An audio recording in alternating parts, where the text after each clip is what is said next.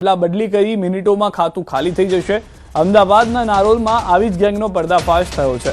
પોલીસે હરિયાણાની મેવાતી ગેંગના યોગરાજ જાટવ, આસિફ મેવ અને વાજીદ શેખની ધરપકડ કરી છે।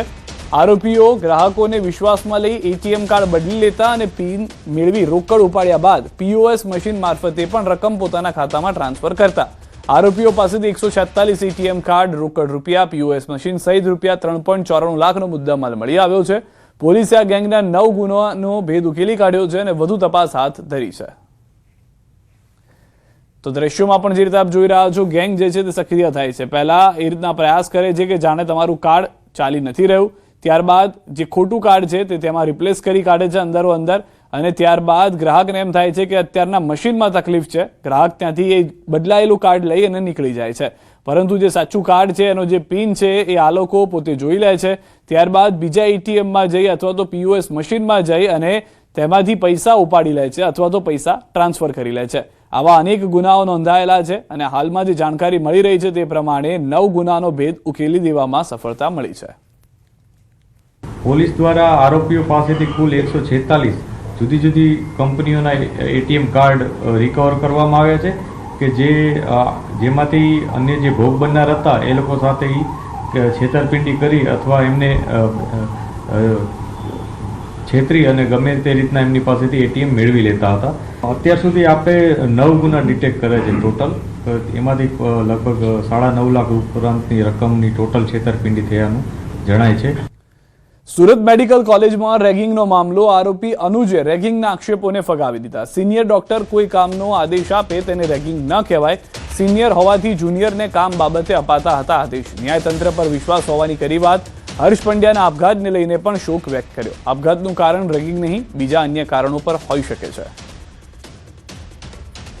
रैगिंग हुई नहीं है, बिल्कुल भी। रैगिंग का जो भी इल्जाम लगाया गया है वो सभी बेबुनियाद है। ये न्यायतंत्र डिसाइड करेगा कि रैगिंग हुई है कि नहीं हुई है, सही में रैगिंग हुई है कि नहीं हुई है।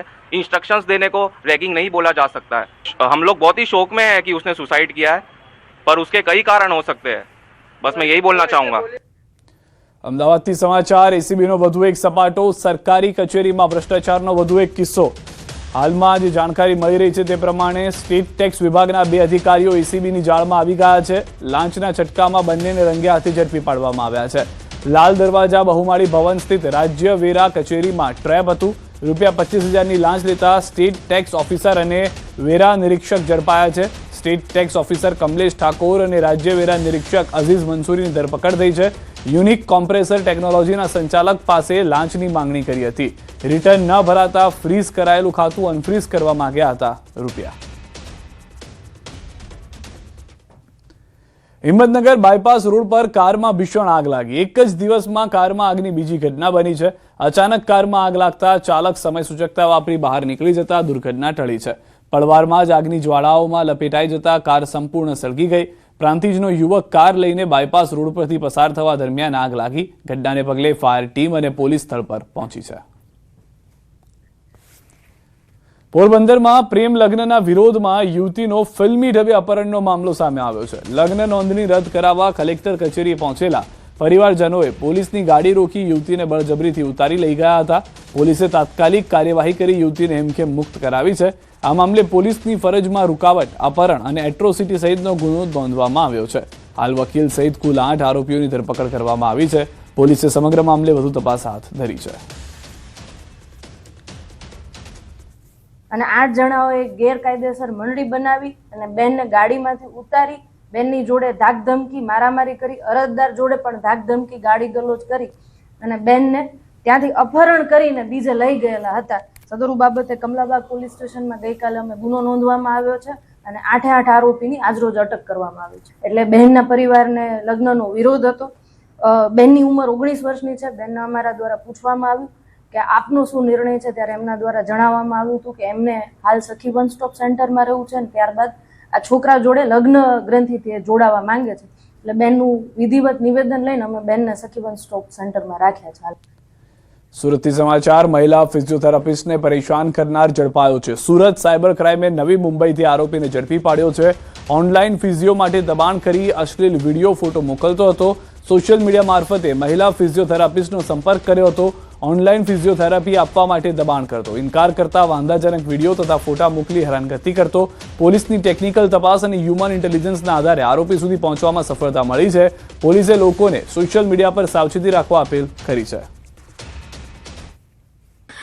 જેમાં જે મહિલા ડૉક્ટર છે એમનો નંબર જે આરોપી છે એમને ગૂગલ આર્ટ મારફતે મેળવીને એમને સંપર્ક કર્યું અને એમને એમ કીધું કે મને ફિઝિયોથેરાપિસ્ટ ટ્રીટમેન્ટની જરૂરિયાત છે, મારું એક્સિડન્ટ થઈ ગયું છે.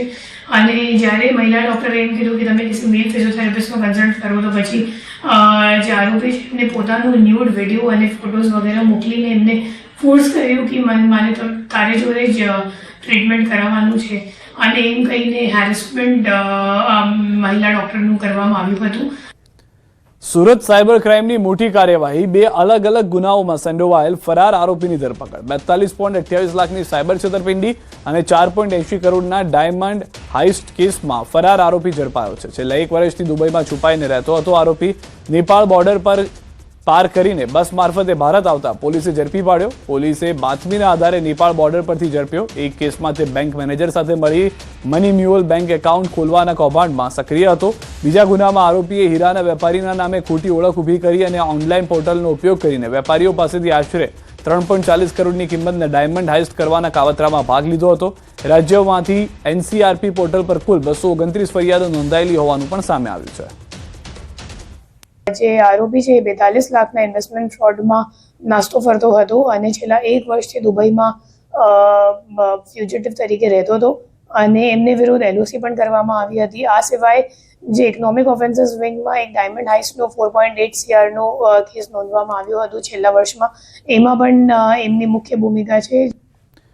ભાવનગરના કુંભારવાડા વિસ્તારમાં બાથાભાઈ ચોક પાસે મોડી રાત્રે વિશાલ નામના યુવક પર 4 થી 5 શખ્સોએ હુમલો કર્યો. અંગત અદાવતને કારણે યુવકને ઢોર માર મારવા સાથે જાનથી મારી નાખવાની ધમકી અપાઈ હતી અને તેના વાહનમાં પણ તોડફોડ કરવામાં આવી હતી.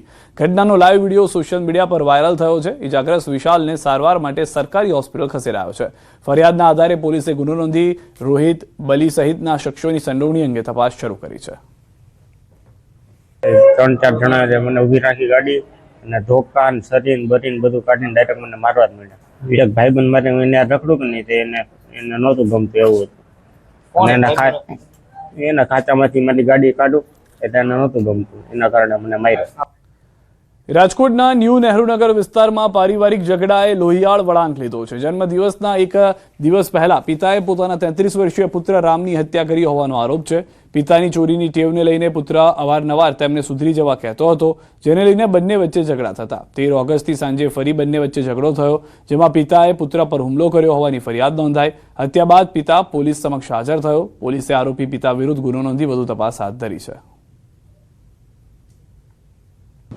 બાપ અને છોકરા વચ્ચે અવારનવાર ઝઘડો થતો હતો અને આ જે આરોપી છે પિતા, એને ખરાબ ટેવ હતી, સ્ત્રી સંગત હતી ને અવારનવાર આ બંને વચ્ચે માથાકૂટો થતી હતી. એના અનુસંધાને આ રકઝકના બાદ આ ખૂનનું કૃત્ય કરવામાં આવેલ છે.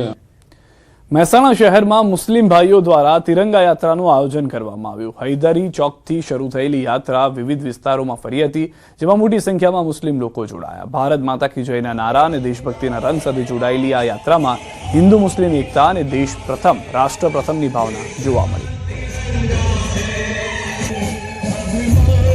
और हजारों शोहदा ने अपनी जानें कुर्बान की. इनका ख्वाब था एक ऐसा भारत जहां सब बराबर हों, तालीम आम हो, नफरत न हो और मोहब्बत गालिब हो. आज हमारा फ़र्ज़ है कि हम ईमानदारी अपनाएं, नफरत को छोड़ें और इल्म व इत्तिहाद के रास्ते पर चलें. याद रखो, आज़ादी एक नियामत